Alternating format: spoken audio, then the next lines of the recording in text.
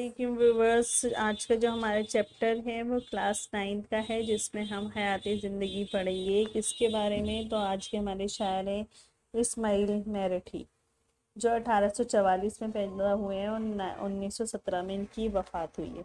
तो आइए चलिए इनके बारे में पढ़ते हैं।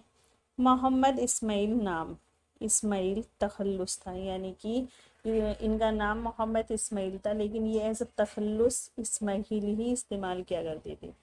मेरठ में पैदा हुए। इस दौर के रिवाज के मुताबिक उन्होंने इब्तदाई तालीम घर पर मुकम्मल की, यानी कि जो इनकी स्टार्टिंग एजुकेशन है, जिसे प्राइमरी एजुकेशन बोल सकते हैं, अपर प्राइमरी बोल सकते हैं, वो इन्होंने अपने मेरठ में ही मुकम्मल की। मेरठ के एक आलिम रहीम बेग से फ़ारसी ज़बान की आला तालीम हासिल की, यानी कि और जो इन्होंने फ़ारसी ज़बान सीखी वो मेरठ में एक आलिम थे, उनसे सीखी। अंग्रेज़ी ज़बान में भी महारत हासिल करके इंजीनियरिंग का कोर्स पास किया, यानी कि इन्होंने इंग्लिश लैंग्वेज को भी सीखा, उसके बाद ही इन्होंने इंजीनियरिंग की। कौम के बच्चों की तालीम में दिलचस्पी की वजह से इनने मुअल्लमा का पेशा इख्तियार किया, यानी कि बाद में जब इन्हें बच्चों को पढ़ाने में इंटरेस्ट आया तो इन्होंने एज अ टीचर भी काम किया। अपने अहद के अहम शायरों मसलन हाली और शबीली की तरह मौलवी इस्माइल मेरठी ने भी अपनी शायरी को बड़ों और बच्चों दोनों के लिए तालीम व तरबियत का ज़रिया बनाया, यानी कि जिस तरह हाली ने बच्चों के लिए कहानियाँ यानी कि नज़म नस्र लिखा है, ऐसे ही इन्होंने भी नज़म और नस्र को लिखा है। और दरसी किताबें भी लिखी, यानी कि बच्चों के कोर्स से रिलेटेड बुक्स भी इन्होंने लिखी हैं।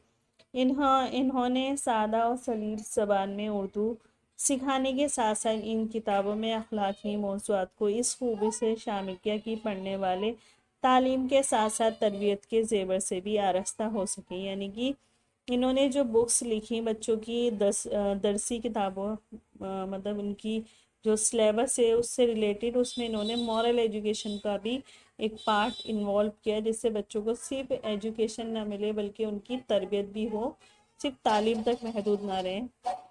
इस्माइल मेरठी ने ऐसी कई नज़में लिखी जो सिर्फ बच्चों के लिए हैं और हर अहद में इनकी मानियों मनोवियत और अफादियत बरकरार रहे, यानी कि जो इनकी नज़में हैं वो इस पर्सपेक्टिव से हैं कि कभी भी वो बेमायने नहीं साबित होंगी।